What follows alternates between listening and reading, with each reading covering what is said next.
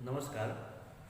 આજે આપણે વિષય મનોવિજ્ઞાન વિષયાંક છે બુદ્ધિ પ્રકરણ 3 એની આપણે પ્રસ્તાવના જોઈશું.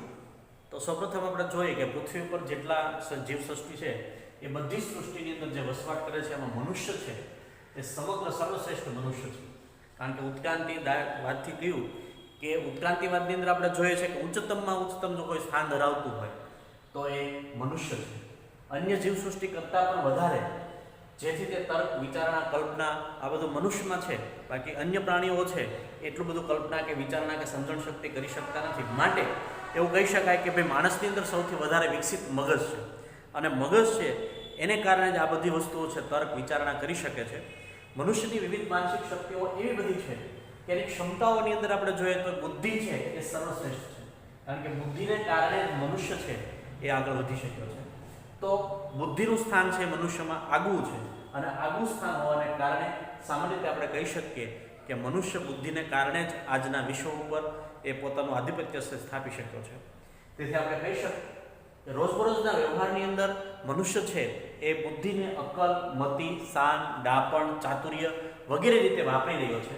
એટલે વારંવાર વાતચીતની અંદર આપણે ઉપયોગ કરીએ છીએ તેમાં પણ બુદ્ધિ વિશે વાત થઈ રહી છે. તો બુદ્ધિ છે એ આજના મનુષ્યની સર્વશ્રેષ્ઠ શક્તિ છે અને બુદ્ધિને કારણે જ મનુષ્ય છે પોતાની આવેગિક ક્રિયાઓ છે, માનસિક ક્રિયાઓ છે એ વિશેષ રીતે કરી રહ્યો છે.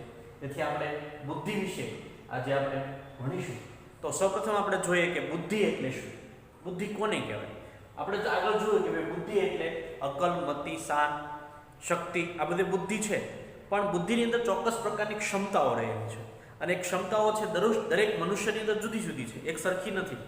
એને કારણે આપણે કહી શકીએ કે ભાઈ ગાણિતિક વિજ્ઞાનના નિયમો, ગૂઢ રહસ્યો ઉકેલવા આ બધું જ કામ છે એ મનુષ્ય બુદ્ધિને કારણે જ કર્યું છે. એટલે મનુષ્યની અંદર વિશેષ પ્રકારની બુદ્ધિ છે. એટલા માટે જ એની બુદ્ધિ ક્ષમતાને આધારે અતિમંદતા બુદ્ધિ, તીવ્ર બુદ્ધિ કોને કહેવાય આ બધું જ આપણે આ પ્રકરણની અંદર છે એ અભ્યાસ કરવાનો છે. તો હવે પછીનો મુદ્દો છે આપણો બુદ્ધિનું સ્વરૂપ, બુદ્ધિની વ્યાખ્યા. તો આપણે જોઈએ કે ભાઈ બુદ્ધિ એટલે શું. તો સામાન્ય રીતે બુદ્ધિ એટલે એક પ્રકારના ચાતુર્ય છે. બુદ્ધિની વ્યાખ્યાઓ આપણે જોઈએ તો બુદ્ધિની જુદી જુદી દ્રષ્ટિકોણને આધારે જુદા જુદા મનોવૈજ્ઞાનિકોએ બુદ્ધિની વ્યાખ્યા આપવાનો પ્રયાસ કર્યો છે. એમાં બુદ્ધિ એટલે સમજવું કે જ્ઞાન પામવું. સામાન્ય વ્યાખ્યા છે એની. બુદ્ધિ એટલે સમજવું કે જ્ઞાન પ્રાપ્ત કરવું. બુદ્ધિ એટલે સમજણ કે જ્ઞાન પ્રાપ્ત કરવાની ક્ષમતા છે કે ભાઈ જે માણસની અંદર બુદ્ધિ છે એ માણસ સમજણ કરીને જ્ઞાન પ્રાપ્ત કરી એની ક્ષમતા છે લાવશે. બુદ્ધિ માટે અંગ્રેજીમાં ઇન્ટેલિજન્ટ શબ્દ વાપરવામાં આવ્યો છે. ઇન્ટેલિજન્ટ એટલે બુદ્ધિ. એટલે અંગ્રેજી ભાષાની અંદર ઇન્ટેલિજન્ટ અને આ ભાષા લેટિન ભાષા પરથી આ શબ્દ આવ્યો છે. લેટિન ભાષામાં ઇન્ટેલિજન્સ પરથી એને ધાતુ ઉપરથી બનાવેલો છે. એટલે ઇન્ટેલિજન્ટ એટલે શું, તો ઇન્ટેલિજન્ટ એટલે સમજવું, જ્ઞાન પ્રાપ્ત કરવું. આ બધું બુદ્ધિના આધારે થઈ શકે છે. તો માટે અંગ્રેજીમાં ઇન્ટેલિજન્ટ શબ્દનો ઉપયોગ છે વધારે થાય છે. લેટિન ભાષામાંથી આ શબ્દ છે ઉતરી આવ્યો છે. બુદ્ધિ એટલે વસ્તુને જાણવાની, ચિત્તને આંકલન કરવાની સમજણ શક્તિ. આ જે માણસમાં બુદ્ધિ વિશેષ છે એ જ વ્યક્તિ છે એનું ચિત્તનું આંકલન કરી શકશે, વિશેષ રીતે જાણી શકશે, એની સમજણ શક્તિ કરી શકશે. હવે આપણે ચોક્કસ વ્યાખ્યાઓ જોઈએ તો પહેલી વ્યાખ્યા છે સાર્થક ગુજરાતી જોડણી કોષ મુજબ. તો કે બુદ્ધિ એટલે શું, તો કે બુદ્ધિ એટલે વસ્તુને જાણવાની, ચિત્તને સમજવાની, આંકલન કરવાની એક ચોક્કસ પ્રકારની સમજણ શક્તિ છે. જો સર્વશ્રેષ્ઠ બુદ્ધિની વ્યાખ્યા આપણે જોઈએ તો બુદ્ધિ એટલે વસ્તુને સમજવાની, ચિત્તની આંકલન કરવાની સમજ શક્તિ એટલે બુદ્ધિ. આ છે ગુજરાતી સાર્થક જોડણી કોષ પ્રમાણે. ત્યાર પછી છે બીને અને સાયમનની વ્યાખ્યા છે. બુદ્ધિ એટલે શું, તો કે બુદ્ધિ એટલે સારી રીતે સમજવાની, સારી રીતે નિર્ણય લેવાની, સારી રીતે તર્ક કરવાની શક્તિ એટલે બુદ્ધિ. આ બુદ્ધિની જુદી વિવિધ પ્રકારની વ્યાખ્યાઓ છે અને વ્યાખ્યાને આધારે આપણે એની સમજણ પછીના વિડીયોમાં મેળવીશું. બુદ્ધિની વ્યાખ્યા આગળ આપણે બે વ્યાખ્યા જોઈએ. ત્રીજી વ્યાખ્યા છે કે વ્યક્તિ જેટલા પ્રમાણમાં અમૂર્ત રીતે વિચારવાની શક્તિ ધરાવતી હોય. ફરી વખત, વ્યક્તિ જેટલા પ્રમાણમાં અમૂર્ત રીતે વિચારવાની શક્તિ ધરાવતી હોય તેટલા પ્રમાણમાં તે બુદ્ધિમાન હોય છે એવું ટર્મન નામના મનોવૈજ્ઞાનિકે વ્યાખ્યા આપી છે. ત્યાર પછીની વ્યાખ્યા છે બુદ્ધિ એટલે વ્યક્તિની એવી સમગ્રલક્ષી માનસિક શક્તિ છે. સમગ્રલક્ષી એટલે એના શરીરની જે કંઈ વિચાર શક્તિ છે બુદ્ધિ સમગ્રતા આવી. બુદ્ધિ એ વ્યક્તિની એવી સમગ્રલક્ષી માનસિક શક્તિ છે કે જેને લીધે તે ધ્યેયપૂર્વક વિચારી શકે છે, કાર્ય કરી શકે છે, તાર્કિક રીતે વિચારી શકે છે અને પર્યાવરણ સાથે અસરકારક રીતે વ્યવહાર કરી શકે છે. પહેલી વસ્તુ છે કે બુદ્ધિને કારણે વ્યક્તિ છે એ પોતાના પર્યાવરણ સાથે અસરકારક વ્યવહાર કરી શકે છે, એવી વાત છે એ વેક્સલરે કરી છે. ત્યાર પછીની વ્યાખ્યા છે બુદ્ધિ એ તમામ બૌદ્ધિક અને બોધન, એટલે જે કઈ વસ્તુ છે બધી જ પ્રકારની બૌદ્ધિક અને બોધન દરેક પ્રકારની પ્રક્રિયાનો સરવાળો છે. બધી જ વસ્તુ આવી.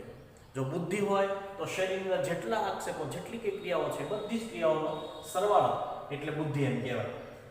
જેમાં આયોજન પણ થઈ શકે છે, માહિતીનું સંકેતોમાં આંકલન પણ થઈ શકે. જે સંકેતો હોય, આપણે ઘણી વખત ઈશારાથી બોલાવતા હોય, આમ તેમ સંકેતો કરતા હોય, તો એ જે સંકેતો છે એનું આંકલન પણ કરી શકે છે કે ભાઈ આ વ્યક્તિ છે આ સંકેત કરે છે તો આ આવા પ્રકારનો હશે.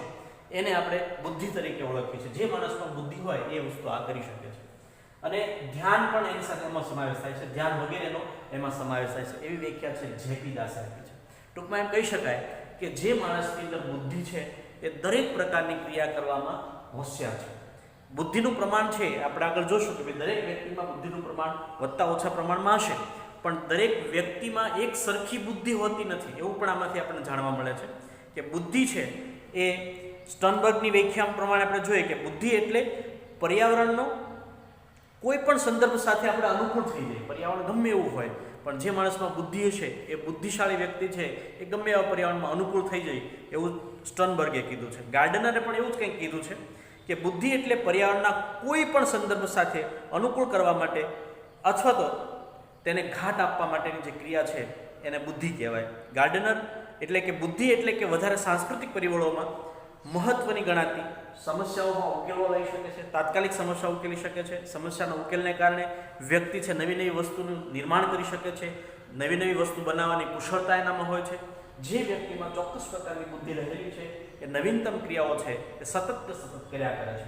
એટલે ટૂંકમાં એમ કહી શકાય કે બુદ્ધિ એટલે એવી પ્રક્રિયા છે કે વ્યક્તિની એક માનસિક ક્રિયા છે. જો બુદ્ધિ આપણે કોઈ જોઈ શકતા નથી કે માણસની આ બુદ્ધિ આવા પ્રકારની છે તો આપણે ખેંચીને કહી શકીએ કે આ બુદ્ધિ છે, પણ બુદ્ધિ છે એક માનસિક ક્રિયા છે કે એ વ્યક્તિની અંદર ચાલ્યા કરે છે સતત. અને બુદ્ધિ છે એ બધી જ પ્રકારની માનસિક ક્રિયાઓનો સરવાળો છે. જો આપણને પ્રશ્ન થાય કે ભાઈ માનસિક ક્રિયા એટલે શું, તો કે ભાઈ માનસિક ક્રિયા એટલે આપણે જે રોજબરોજની ક્રિયાઓ કરીએ છીએ, જે કંઈ વિચારીએ છીએ, તર્ક કરીએ છીએ, આ બધી જ માનસિક ક્રિયામાં આવે. આપણે વાંચીએ છીએ, લખીએ છીએ, જે કંઈ વસ્તુ યાદ રાખીએ છીએ એ બધી જ માનસિક ક્રિયામાં આવે. આપણે એમ કહીએ કે ભાઈ જે માણસની બુદ્ધિ વધારે હોય એની યાદશક્તિ વધારે હોય. તો આ આપણે બુદ્ધિની વ્યાખ્યા જોઈએ કે ભાઈ વ્યક્તિ જેટલા પ્રમાણમાં એ અમૂર્ત રીતે વિચારી શકે છે એટલા પ્રમાણમાં એ વધારે બુદ્ધિશાળી છે. અમૂર્ત રીતે વિચારવું એટલે શું, તો કે આપણે આગળ વાત કરી કે અમૂર્ત રીતે વિચારવું.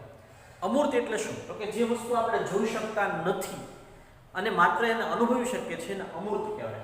દાખલા તરીકે કોઈ એક ગૃહિણી છે દરરોજ 2 માણસને જમાડવા માટે 1 કિલો લોટ બાંધે છે, પરંતુ એને 50 માણસો જમાડવા છે, તો તરત કહેશે કે 2 માણસોને જમાડવા માટે 1 કિલો લોટની જરૂર છે, તો 50 માણસોને જમાડવા માટે કેટલા કિલો લોટની જરૂર હશે. તો એ જે મગજમાં વિચારીને જે તૈયાર કરે છે એને અમૂર્ત વિચારણા કહેવાય. કોઈ પણ વસ્તુ, દાખલા તરીકે એન્જિનિયર હોય તો એ આપણે એને મકાન બનાવવાનો પ્લાન આપીએ કે ભાઈ આ રીતે અમારી જગ્યા છે ને આ રીતે મકાન બનાવવાનું છે, તો એ પહેલાં જે કંઈ નકશો બનાવે છે એ નકશાને અમૂર્ત રીતે વિચારવાની શક્તિ સાથે જોડાયેલું છે એમ કહી શકાય. ટૂંકમાં બુદ્ધિ છે એ સમગ્ર પ્રકારની માનસિક ક્રિયાઓનો સરવાળો છે અને એની સાથે સાથે આપણે આયોજન, ક્રિયા, પ્રતિક્રિયા કરીએ છીએ. એટલે બુદ્ધિ એટલે શું, આ બુદ્ધિની વ્યાખ્યા છે ઘણી વખત 1-2 માર્ક્સમાં પૂછાતી હોય છે, નાની હોય તો 1 માર્ક્સમાં પૂછાય, અથવા તો પ્રશ્ન આખો પૂછાય તો કે બુદ્ધિ એટલે શું જણાવી બુદ્ધિનું સ્વરૂપ આપો, એનો એવો પણ પ્રશ્ન પૂછાય 5 માર્ક્સમાં.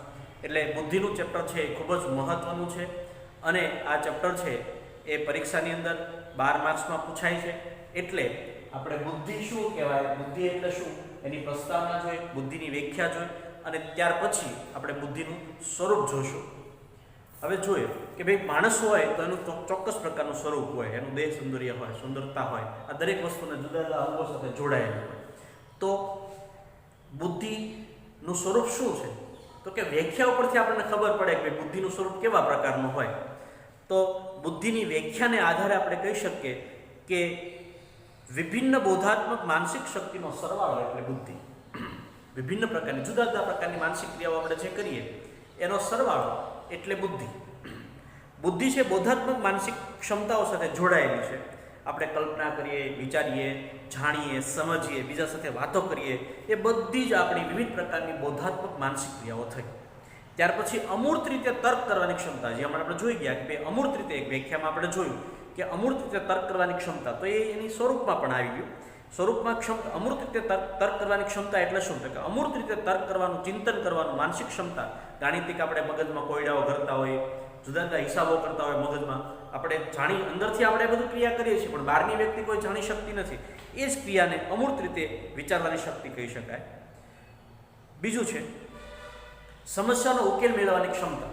જે કોઈ સમસ્યા હોય, દાખલા તરીકે આપણે સામે કિનારે જવું હોય અને નદીમાં ફૂલ પાણી આવ્યું હોય અને સમસ્યા છે, તો આપણે સામે કિનારે જવા માટે શું કરવું જોઈએ? તો એવી ચોક્કસ પ્રકારની કોઈ સમસ્યાઓ હોય તો એ સમસ્યાને ઉકેલવા માટે આપણે શું કરવું જોઈએ? તો એને જાણવા માટે, આ સમસ્યાનો ઉકેલ લેવા માટે આપણે બુદ્ધિની જરૂર છે. બુદ્ધિ વડે આપણે મોટા ભાગની ક્રિયાઓ છે ઉકેલીએ છીએ. દાખલા તરીકે આંતરસૂઝની મદદથી.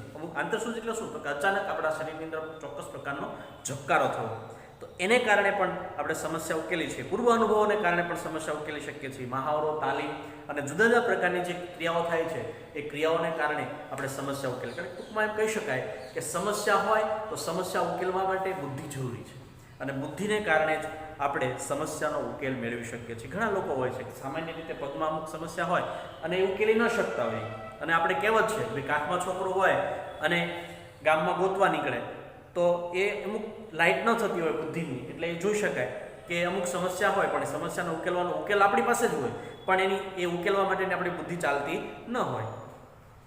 ઉદ્દેશપૂર્ણ ક્રિયાઓ અને નિર્ણયો લેવાની ક્ષમતા. જો ઘણી વખત આપણે બને છે કે અમુક મોટા હોદ્દા પર લોકો હોય તો અમુક ચોક્કસ પ્રકારના નિર્ણયો ન લઈ શકતા હોય, તો છેલ્લે કોને નુકસાન જાય? તો કે જે મોટા હોદ્દા પર છે એને નુકસાન તો બહુ ઓછું જાય, પણ જે લોકો નિમ્ન કક્ષાના છે, જેને સીધું એને સ્પર્શતું હોય, એને એ નુકસાન છે. એટલા માટે ઉચ્ચ હોદ્દામાં બેસાડવા માટે લોકોને ઉદ્દેશપૂર્ણ નિર્ણયો લેવાની ક્ષમતા ધરાવનાર ઉચ્ચ બુદ્ધિવાળા માણસોને છે એ બેસાડવામાં આવે છે, અને ચોક્કસ પ્રકારની કસોટીઓમાં વ્યક્તિ પાસ થાય પછી જ એને આગળ લઈ જવામાં આવે છે. એટલે ઉદ્દેશપૂર્ણ ક્રિયાઓ અને નિર્ણયો લેવાની ક્ષમતા. બુદ્ધિને કારણે વ્યક્તિ ઉદ્દેશપૂર્ણ ક્રિયાઓ કરી શકે છે. ભાઈ ઉદ્દેશ એટલે શું? કે આપણી ચોક્કસ પ્રકારની ક્રિયા કરવાની ધ્યેય. ઉદ્દેશ એટલે એક ચોક્કસ પ્રકારનો ધ્યેય, કે અમુક પ્રકારનો ઉદ્દેશ આપણે રાખીએ છીએ કે ભાઈ મારે 12મું ધોરણ આટલા ટકાથી પાસ થવું છે, એક પ્રકારનો આપણો ઉદ્દેશ છે. ઉદ્દેશપૂર્ણ ક્રિયાઓ આપણે કરીએ છીએ. જીવનમાં વાસ્તવિક ધ્યેયો નક્કી કરવા જોઈએ. આપણે જીવન જીવીએ છીએ તો આપણો ચોક્કસ પ્રકારનો વાસ્તવિક ધ્યેય શું છે એ આપણે નક્કી કરવો જોઈએ, અને નક્કી કર્યા પછી એને ઉકેલવા માટે આપણે કામ કરવું પડે પછી, અને ચોક્કસ પ્રકારનું એનું અર્થઘટન પણ આપણે કરવું પડે કે ભાઈ આ ઉદ્દેશ આપણે કર્યો છે, તો એ ઉદ્દેશને આધારે એનું અર્થઘટન શું થાય, આપણે કઈ રીતે કામ કરી શકશું. દરેક બાબતને ધ્યાનમાં રાખી અને આપણે ધ્યેયોને નક્કી કરવા પડશે. જીવન વ્યવહારમાં સામાન્ય રીતે આપણે કહી શકીએ કે આપણો જીવન વ્યવહાર કઈ રીતે ચાલી રહ્યો છે, દરેક રીતે બુદ્ધિ છે આપણને મદદરૂપ થાય છે. ત્યાર પછી છે આપણે વ્યાખ્યામાં પણ જોયું કે પર્યાવરણ સાથે આપણે અનુકૂલન સાધવાનું છે પાછું. કારણ કે ગમે તેવું પર્યાવરણ હોય, ઘણી વખત માણસો કહેતા હોય કે ભાઈ અમારે આ પર્યાવરણ અમને ગમતું નથી. પર્યાવરણ સાથે અનુકૂલન સાધવાની જે ક્ષમતા છે એ આપણી પાસે હોવી જોઈએ. જુદી જુદી પરિસ્થિતિની અંદર આપણે કઈ રીતે વર્તન કરીએ છીએ, કઈ રીતે રહીએ છીએ, કઈ રીતે જાણીએ છીએ, એ દરેક વસ્તુની સાથે વાતાવરણ અને પર્યાવરણ સાથે સમાયોજન સાધવું એ જ એક બુદ્ધિનું મહત્વનું કામ છે. આ બુદ્ધિ છે એ દરેક રીતે વાતાવરણ સાથે સમાયોજન સાધવામાં આપણને ઉપયોગી થાય છે. આમ બુદ્ધિનું સ્વરૂપ છે એ આપણા માટે આ 5 મુદ્દાઓ છે, ખાસ છે. પહેલો મુદ્દો આપણે જોયો કે વિભિન્ન બોધાત્મક માનસિક શક્તિઓનો સરવાળો. બીજો મુદ્દો છે અમૂર્ત રીતે તર્ક કરવાની ક્ષમતા. ત્યાર પછીનો ત્રીજો મુદ્દો છે આપણો સમસ્યાનો ઉકેલ મેળવવાની ક્ષમતા, કે જુદી જુદી સમસ્યાઓ છે એની કઈ રીતે સમસ્યાનો ઉકેલ મેળવવો. ત્યાર પછી ઉદ્દેશપૂર્ણ ક્રિયા અને નિર્ણયોની ક્ષમતા. ઉદ્દેશપૂર્ણ એટલે આપણે ચોક્કસ ધ્યેયો નક્કી કર્યા પછી એ ચોક્કસ પ્રકારના નિર્ણયો લઈને કામ કરવાની ક્ષમતા છે એ બુદ્ધિમાં છે. અને વાતાવરણ સાથે સમાયોજન કે અનુકૂલન કરવાની ક્ષમતા. આ 5 મુદ્દાઓ છે એ બુદ્ધિના સ્વરૂપમાં છે. તો મિત્રો આપણે બુદ્ધિનું પ્રકરણની અંદર બુદ્ધિનું સ્વરૂપ, ત્યાર પહેલાં આગળ આપણે જોયું બુદ્ધિની વ્યાખ્યા અને પ્રસ્તાવના. એટલે બુદ્ધિ છે એ માનવ જીવનમાં ખૂબ જ મહત્વની છે, અને બુદ્ધિને કારણે વ્યક્તિ છે સર્વશ્રેષ્ઠ કામ કરી શકે છે. આગળ આપણે પછી જોશું કે બુદ્ધિનો સામાન્ય સંભવિતતાનો આલેખ કેવા પ્રકારનો છે, એટલે સમાજમાં બુદ્ધિ કેવા પ્રમાણમાં પ્રસરાયેલી છે એના વિશે આગળ આપણે